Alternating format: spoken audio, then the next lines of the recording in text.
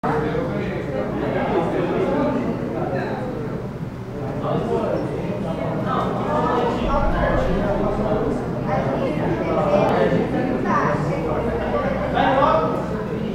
interna de RH.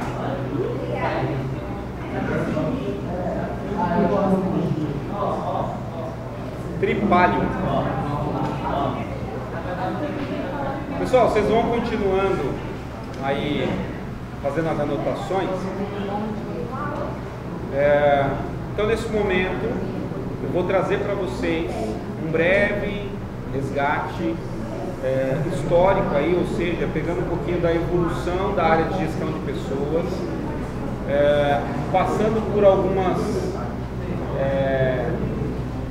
alguns paralelos que nos ajudam a entender melhor esse mundo e essa relação com o trabalho. E ao final, vou apresentar para vocês os macro processos de gestão de pessoas que trabalharemos ao longo do semestre, conforme eu havia falado para vocês, tá? Bom, antes de falar como a área de gestão de pessoas se inicia, é importante entender qual é a relação do ser humano com o trabalho, ok? E aí algumas questões são importantes. O que é o trabalho? Quem inventou o trabalho? Para que serve o trabalho? Tem alguém que pode pensar assim: ah, professor, fala quem foi que eu vou acertar as contas, porque ele agora que inventou esse trem do trabalho. Por quê? Porque infelizmente a relação da maioria das pessoas com o trabalho não é positiva, não é uma relação das melhores. E aí existem alguns elementos que nos ajudam a entender um pouquinho por que o ser humano olha para o trabalho de uma forma tão negativa, muitas vezes, chegando ao ponto de termos pessoas que veem no trabalho o trabalho como um mal necessário. Aliás, como é isso para você? Como é o trabalho para você? A melhor forma de pensar, e na semana passada eu comentava isso com vocês, as duas maneiras de termos sucesso na nossa carreira profissional. A primeira é aprendendo a gostar do que você faz, e a segunda é trabalhando com o que você gosta, fazendo o que você gosta. O segundo cenário, ele é um pouco mais complexo e muitas vezes não se consegue alcançar isso rapidamente. Mas uma coisa é certa: se você conseguir viver o primeiro cenário, este primeiro cenário de aprender a gostar do que você faz, te viabiliza meios para no futuro conquistar a oportunidade de trabalhar com o que realmente você gosta. Então uma coisa suporta e sustenta a outra. Mas num exercício muito breve, pense o seguinte: imagine que você, num belo dia, que poderia ser hoje, ganha na Mega Sena. Mega Sena da virada, vai lá, sozinho. Quais as chances de você voltar no dia seguinte para o seu trabalho?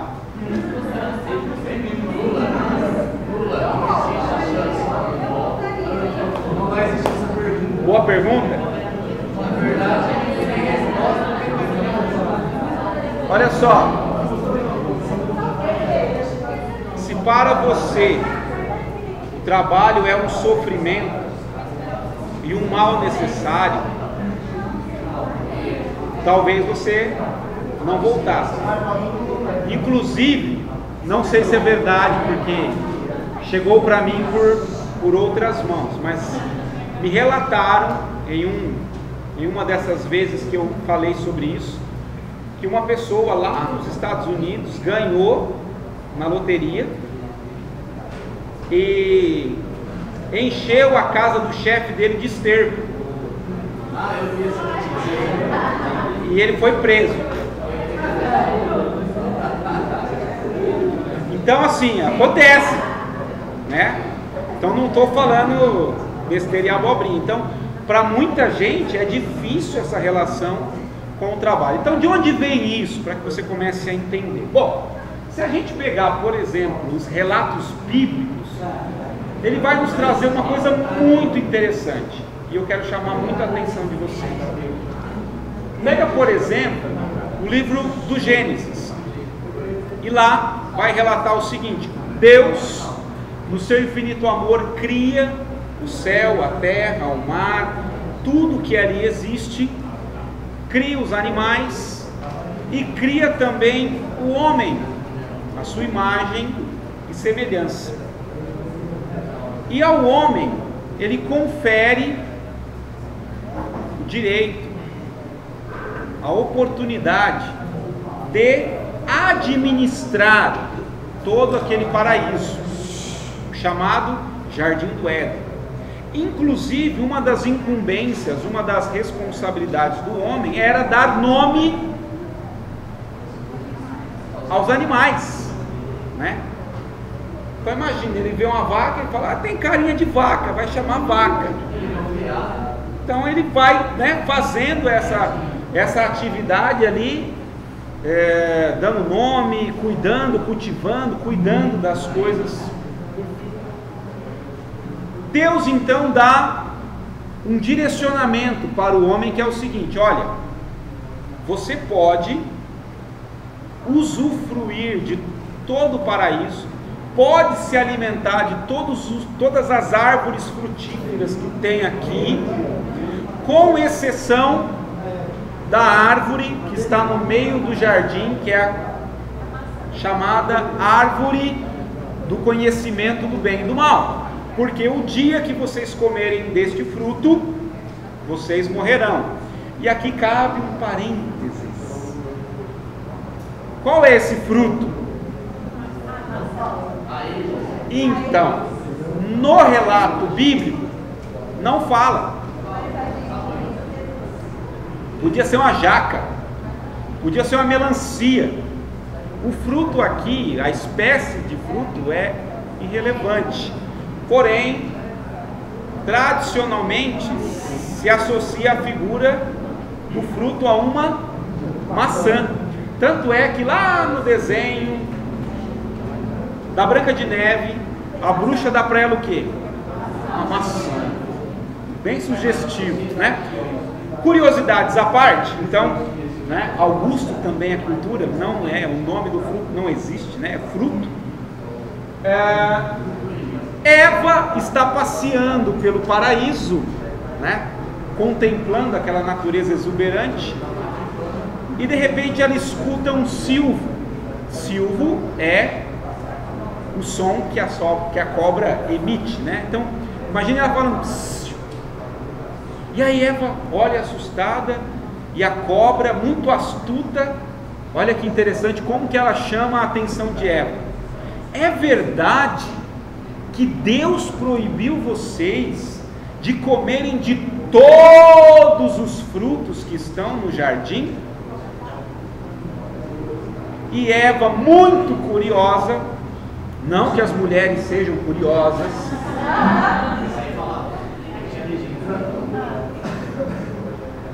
chega para serpente e fala assim: não, minha querida, pera lá que eu vou te explicar nos mínimos detalhes.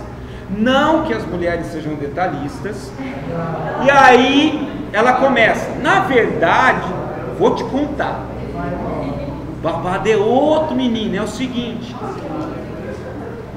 Deus falou para a gente não comer deste fruto. Os outros a gente pode comer, só este daí a gente não pode. E aí a serpente: oh não, minha querida, não é assim. Deus bem sabe que quando vocês comerem desse fruto, sua inteligência se abrirá e vocês serão capazes de conhecer o bem e o mal e se tornarão como deuses. E ele não quer isso. Então A sugestão que eu te dou é: coma deste fruto e seja como Deus. Eva olhou o fruto, viu que era um fruto interessante, atraente, diferente dos outros que tinha no jardim. E o que ela fez? Nhau, comeu o fruto. Não contente com isto, o que ela fez também? Ofereceu para Adão, que por sua vez, nhau, comeu o fruto também. E aí os seus olhos se abriram, e neste exato momento eles escutaram os passos de Deus que passeava pelo jardim na hora da brisa da tarde, e morrendo de medo se esconderam. E aí Deus perguntou: Adão, onde você está? E aí ele falou: Senhor, eu fiquei com medo porque eu estava nu e me escondi. E aí Deus falou para ele: mas quem falou para você que você estava nu? Por acaso você comeu do fruto que eu te proibi? E aí começa uma das coisas que até hoje, infelizmente, acontece no mundo corporativo. As pessoas têm medo de assumir a sua responsabilidade. E o que Adão fez? Ah, Senhor, foi essa mulher que você colocou do meu lado. A culpa é dela, por causa dela que eu comi o fruto. E aí, calma, vamos criar polêmica. E aí, a mulher, por sua vez, fala o quê? Mas a culpa não foi minha, foi da serpente. Isso não é semelhante a alguma coisa que a gente às vezes vive no dia a dia? Você nunca é o culpado, alguém ou alguma coisa é o responsável. E por isso que muitas vezes nós não crescemos, porque a gente sempre está terceirizando a responsabilidade. Por fim, Deus vem e fala o seguinte: porque vocês desobedeceram, o trabalho agora vai passar a ser difícil, sofrido, e para vocês terem o sustento e o alimento, vai ter que ser feito à medida do esforço. O trabalho vai custar o suor do rosto de vocês. E aí Deus então expulsa eles do paraíso, e a partir de então o homem tem que trabalhar para ter o seu sustento. Uma curiosidade interessante é que esse ato de desobediência é chamado de pecado. Uma palavra que a gente conhece muitas vezes desde criança e não entende muito bem. O que é pecado? E às vezes muitos dos nossos pais incutiram esse medo em nós, né? Não faz isso porque é pecado, Deus não gosta. E aí a gente cria uma imagem de Deus como um monstro, um carrasco, né? Um anotador de pecados, e não se trata disso. Então o que significa isso? E aí a etimologia da palavra pecado vem de armátia, que significa errar o alvo. Como assim, professor? Então pensa comigo, Deus tinha um plano para o homem, ok? Homem, entenda, homem e mulher, gênero, né, humano, pessoa humana. Qual era o plano de Deus? Que o ser humano vivesse na sua companhia. Então imagine que existe um alvo a ser atingido, sabe? Igual aqueles que você lança um dardo. O alvo é o que Deus tem para o ser humano. Se ele atinge, ele é feliz, ele se realiza. Quando o ser humano desobedece, o que ele faz? Ele erra o alvo. E aí ele não cumpre, ele não executa o plano e a vontade que Deus tinha para ele. E aí então ele sofre. Então o pecado significa errar o alvo. E aí eu pergunto para vocês, olha a relação que se estabelece com o trabalho. O trabalho passa a ser visto como sofrimento, algo penoso que gera angústia. Inclusive, vocês podem pesquisar se quiser, A etimologia da palavra trabalho vem do latim tripalium, que significa o quê? Instrumento de tortura. Essa é a raiz da palavra trabalho. Fundamentada onde? Neste episódio. Porque esta passou a ser a relação com o trabalho de sofrimento, de dor. Eu pergunto para vocês, será que realmente é assim? O trabalho, Deus cria o trabalho para fazer com que o homem sofra e impõe o trabalho como um castigo pelo pecado, pelo erro, pela desobediência do ser humano? O que vocês acham? Boa pergunta, não é?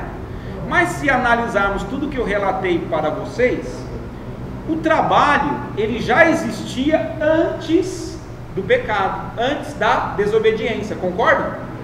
Se ele tinha que administrar o paraíso, dar nome aos animais, cultivar, o que é isso? Trabalho. Então o trabalho já existia antes desta conotação negativa e pejorativa que passou a ser adotada. Conotação esta que muita gente carrega ainda nos dias de hoje, sim ou não? Olha como é para muita gente a relação com a segunda e a sexta-feira. Hoje, por exemplo, é um dia de festa para muita gente.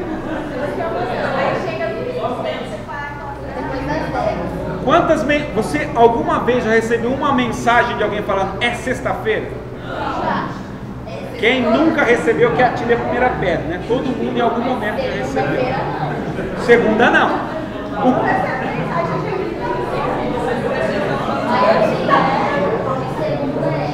Se você recebe na segunda é tipo assim, faltam 4 dias para sexta.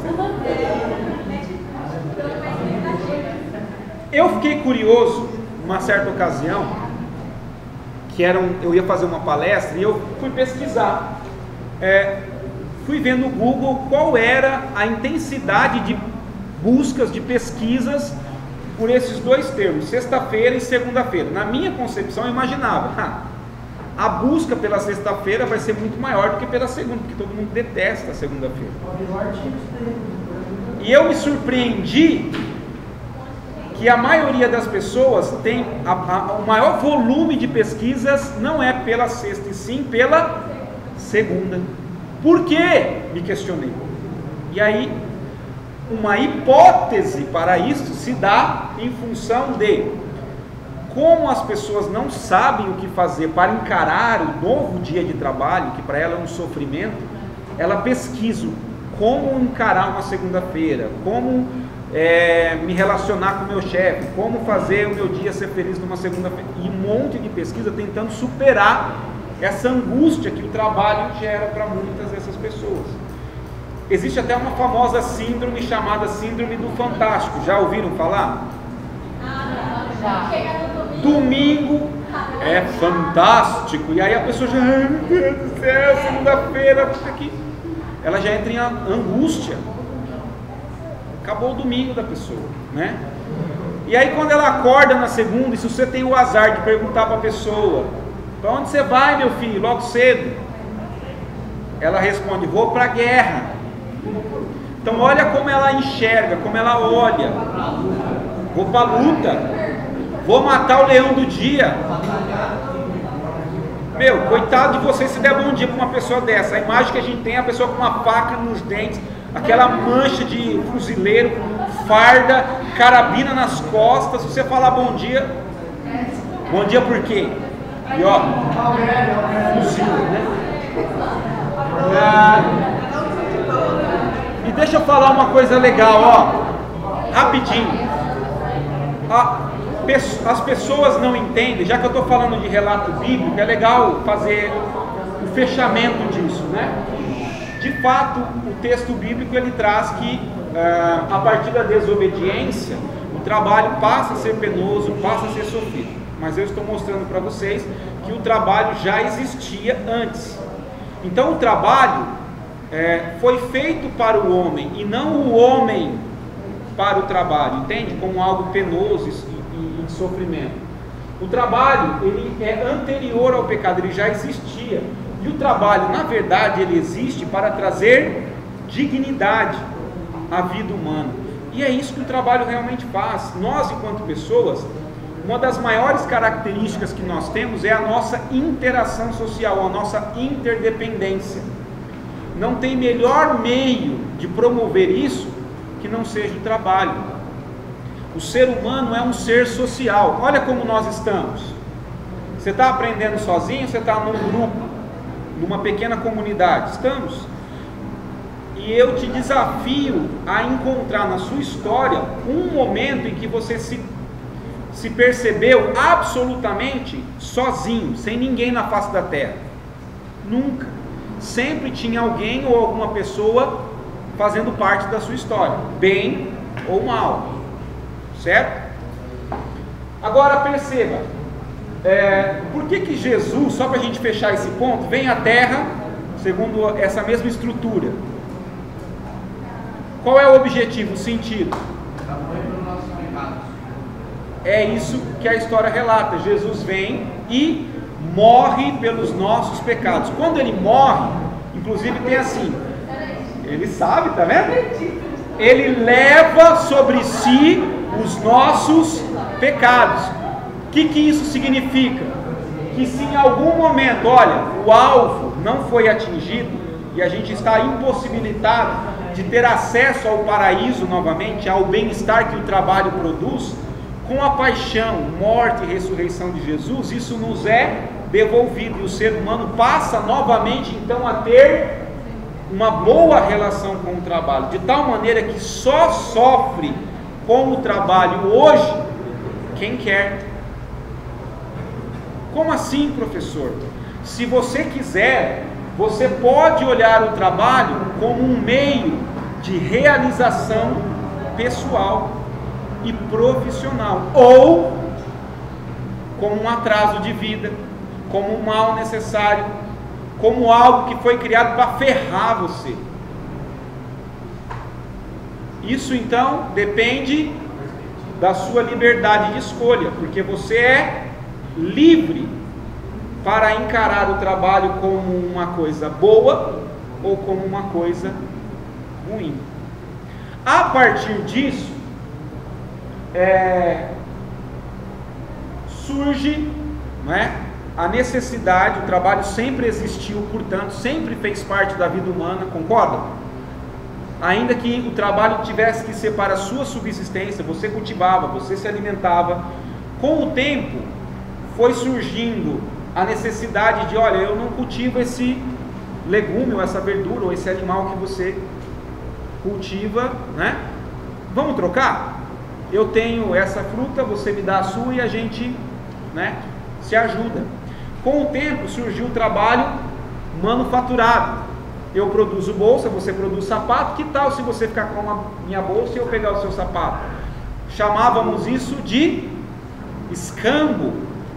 Já vimos isso em administração mercadológica. E aí surge a moeda, que permite então o comércio, o mercado. Consequentemente, vem a famosíssima Revolução Industrial, com a sua primeira fase lá no século XVIII, o surgimento das máquinas a vapor, que permitiu que os processos fossem mais acelerados e a produção em escala e em grande quantidade. Veio a segunda Revolução Industrial, com o surgimento da eletricidade, as fábricas atuando em ciclos ininterruptos de 24 horas. Não se tinha outro meio mais de subsistência. A agricultura começou a praticamente ser eliminada. As famílias saíram dos campos e foram para as indústrias, e isso é relato histórico.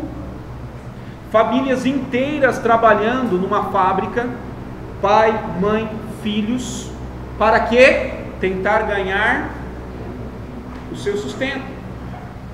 Relatos que dizem que as pessoas trabalhavam de 14 a 16 horas perdiam membros nas máquinas, mãos, pés, pessoas morriam no processo produtivo. E qual era a tratativa? Peças de reposição. Morreu mais um aqui, traz o outro fulano lá para substituir. Tirava, e o que não podia acontecer era da produção parar. Isso começou a indignar diversas movimentações sociais que valorizavam e respeitavam quem? As pessoas, o ser humano. Uma das principais bandeiras, e se você quiser você pode pesquisar isso na história, foi levantada pela Igreja Católica, a partir de papas que foram lançando documentos para as nações, falando: olha, vocês precisam tratar o ser humano com respeito, com dignidade. Então a Igreja Católica começou a se organizar com outros movimentos, como os sindicatos, que começaram a ganhar força. A Igreja chamou esses movimentos, as associações, e a partir disso eles começaram a fazer manifestações. O proletariado começou a se revoltar e se movimentar para leis, para criarem leis mais justas. Na verdade não se tinha nenhuma lei, então leis começaram a ser criadas, decretos começaram a ser promulgados, até que surge, para dar uma encurtada na história, a famosa Declaração Universal dos Direitos Humanos, que visava o quê? Garantir um bom cuidado nessas relações profissionais que antes eram degradantes para o ser humano. Os países começaram a trazer isso para a sua realidade, e leis começaram a ser criadas. Para o quê? Qual era o objetivo? Exatamente, proteger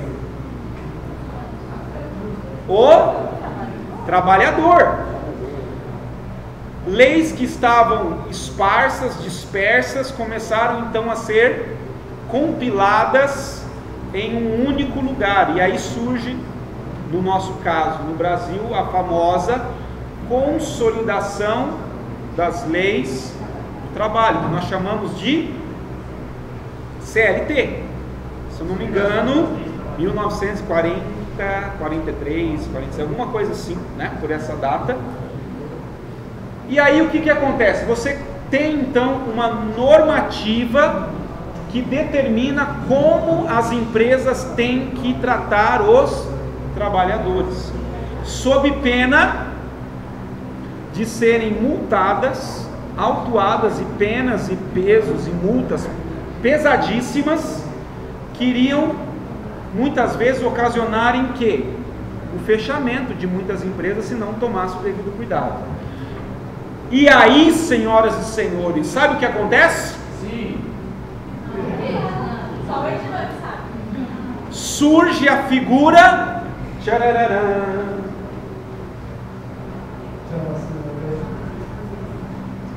do departamento pessoal. Uma salva de palmas, senhoras e senhores.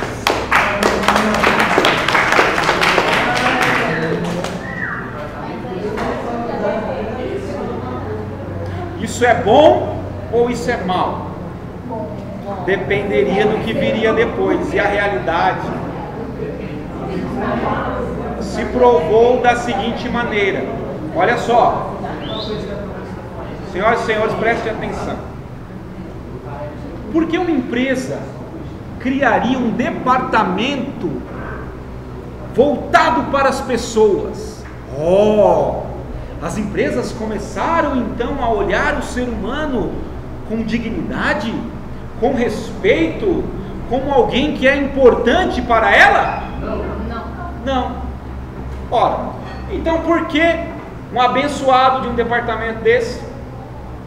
Explica para mim, qual o motivo da empresa gastar dinheiro com isso? A empresa criou um departamento de pessoal pensando nas pessoas? Não. Pensando em quem? Na empresa. Por quê? ela precisava de um departamento, de uma área que se especializasse em entender as exigências que a lei impunha,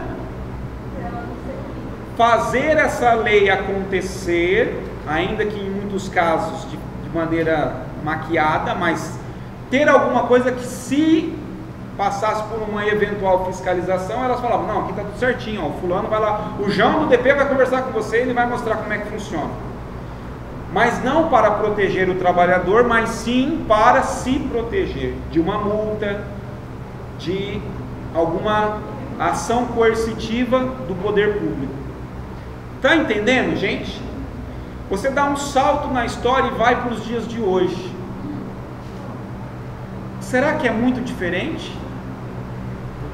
Você tem uma lei que, por exemplo, hoje obriga as empresas que elas precisam contratar pessoas com deficiência.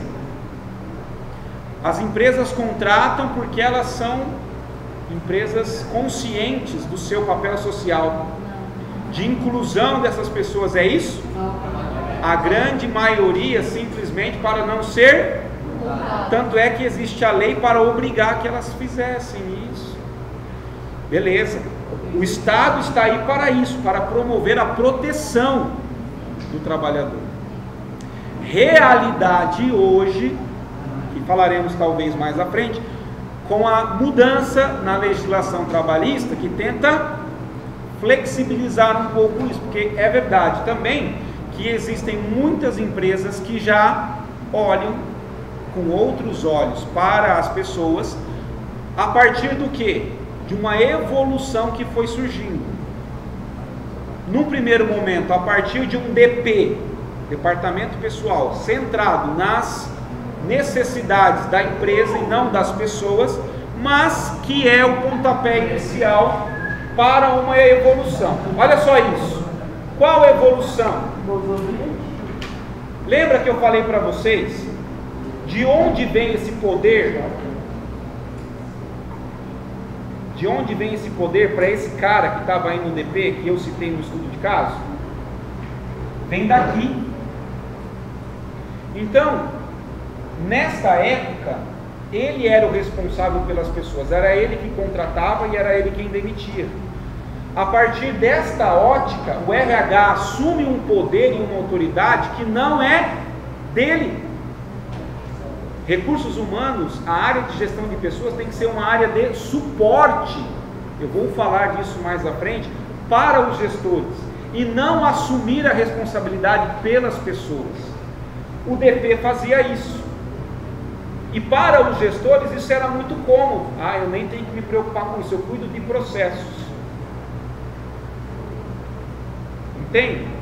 E aí esse cara tinha um poder que fazia ele ser arrogante nesse nível, de xingar, de brigar, de achar que ele mandava mais que todo mundo, que ele podia mandar quem ele quisesse embora na hora que ele quisesse. RH não, nessa característica, não entende o papel dele, que é de apoiar a organização, a empresa, no alcance dos seus resultados. Graças a Deus isso começa a mudar. Surge a figura então do RH. RH aqui está estruturado em departamentos. A ideia era basicamente essa, ó. Você tinha aqui o RH e os vários departamentos. O DP passou a ser chamado de administração de pessoal. O que ele faz aqui?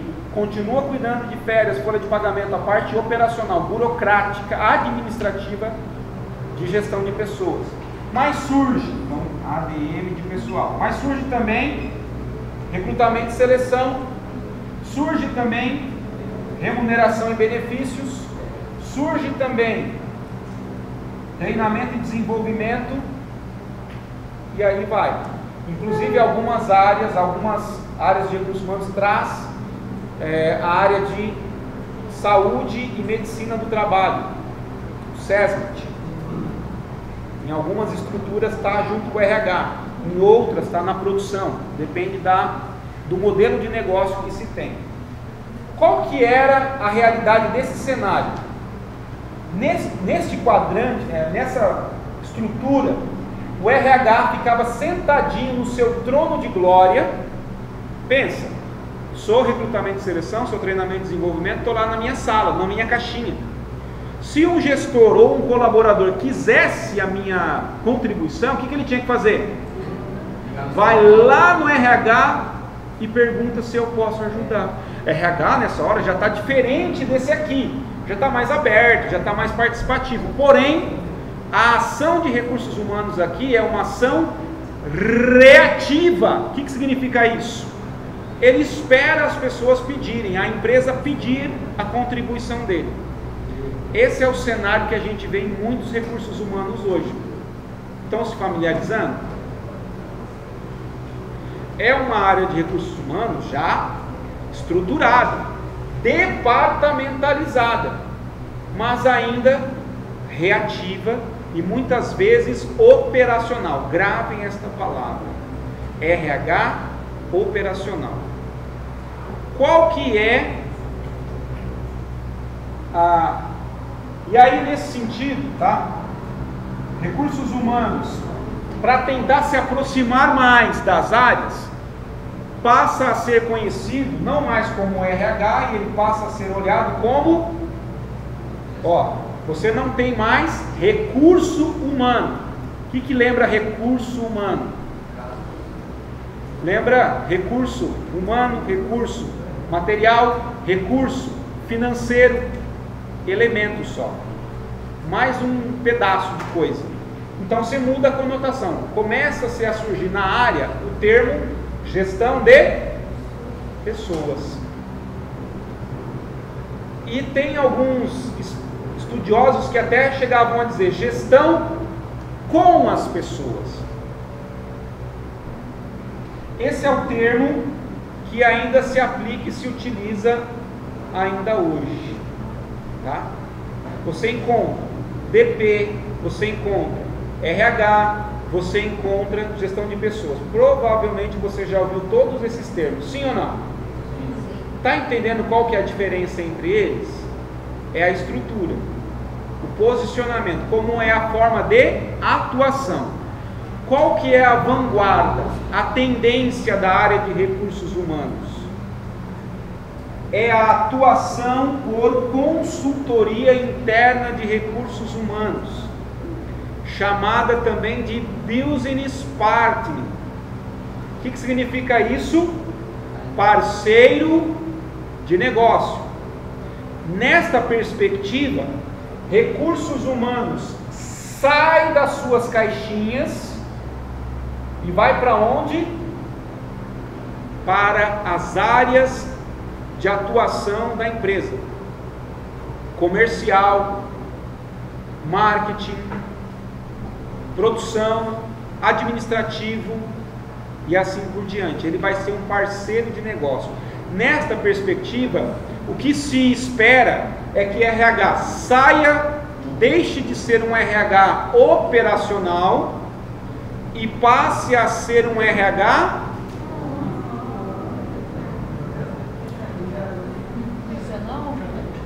exatamente, um RH estratégico. Digam comigo. O que é esse RH estratégico? É um RH que entende do negócio. Por isso, business, negócio, partners, parceiro. Ele é um parceiro de negócio. Então, neste primeiro cenário, RH, gestão de pessoas, o profissional que atua na área de recursos humanos é um profissional especialista. O que significa isso? O cara trabalha na administração de pessoal. O que ele sabe fazer? Fazer a parte operacional: férias, folha de pagamento, rescisão.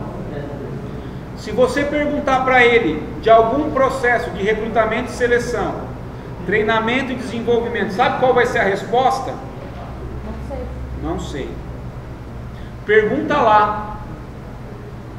na administração de pessoal, pergunta lá no recrutamento e seleção.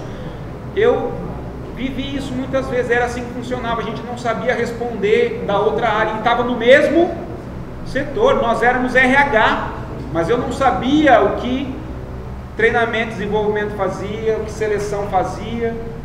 Era um profissional especialista, eu sabia muito bem da minha área. Neste novo cenário, para um RH mais estratégico, focado no negócio, qual é a atuação deste profissional? Qual é a característica? Qual é o perfil? Inclusive, abre parênteses, é uma das grandes procuras no mercado. Não se encontra, está muito difícil. Eu conheço empresas grandes que estão procurando por esse profissional e a vaga está aberta há muito tempo e eles não encontram. Qual que é a característica desse profissional? Se aqui ele é um especialista, aqui ele vai ser um profissional exatamente generalista. O profissional entende de administração de pessoal, ele entende de recrutamento e seleção, ele entende de remuneração e benefícios, ele entende de treinamento e desenvolvimento, e ele consegue, atuando na área industrial, na área comercial, na área administrativa, em marketing, ele consegue dar suporte para essas áreas. Para quem? Para o gestor. O gestor é o responsável pelas pessoas. Então o RH, o consultor interno, vai dar suporte. O gestor precisa liberar umas férias do profissional. Ele não é o expert. Escuta, você é do RH, como é que é mesmo as férias? Com quanto tempo antes que eu tenho que liberar o colaborador, o pagamento? 2 dias antes. O profissional do RH explica. Ou, verdade, obrigado por ter me lembrado. Ou, ele quer saber sobre treinamento. Olha, eu tenho um colaborador perguntando sobre um treinamento, como é que funciona o treinamento na empresa? Olha, aqui na empresa, só depois de 6 meses que ele está atuando, que ele pode ter direito a fazer um treinamento na empresa. Então ele vai explicando, ele vai orientando, vai dando ferramentas para o gestor mais próximo já atender a necessidade do colaborador e o processo fluir. Estão entendendo? Olha o cenário antigo. O colaborador tinha que subir lá no RH. Professor, o senhor está falando que este profissional de consultoria interna, Business Partner, ele se torna mais ou menos um posto Ipiranga? Basicamente. Dúvida? Pergunta lá. E ele vai te ajudar a encontrar a resposta. Como que se consegue ser um RH estratégico? Ele precisa entender do negócio. Como que se constrói a estratégia organizacional para se entender o negócio? Precisa se conhecer o quê? Missão, valores e visão da empresa. O RH tem que mergulhar nisso e ser um parceiro para alcançar esses resultados organizacionais. Faz sentido? Sim ou não? Beleza. A partir disso, vocês terão a oportunidade, neste curso que vamos trabalhar, de se tornarem profissionais generalistas, com uma grande possibilidade de atuar nesta área que está muito demandada na área de recursos humanos. Então vocês vão aprender o processo de agregar pessoas, recrutamento e seleção, vocês vão aprender o processo de aplicar pessoas, vocês vão aprender o processo de remunerar pessoas, o processo de desenvolver pessoas, o processo de manter pessoas e o processo de monitorar pessoas. Vocês querem saber como é que funciona cada um desses processos, sim ou não? Então não perca as nossas próximas aulas. Nos veremos então semana que vem. Muita alegria. Sexta-feira não. Sexta-feira que vem tem aula?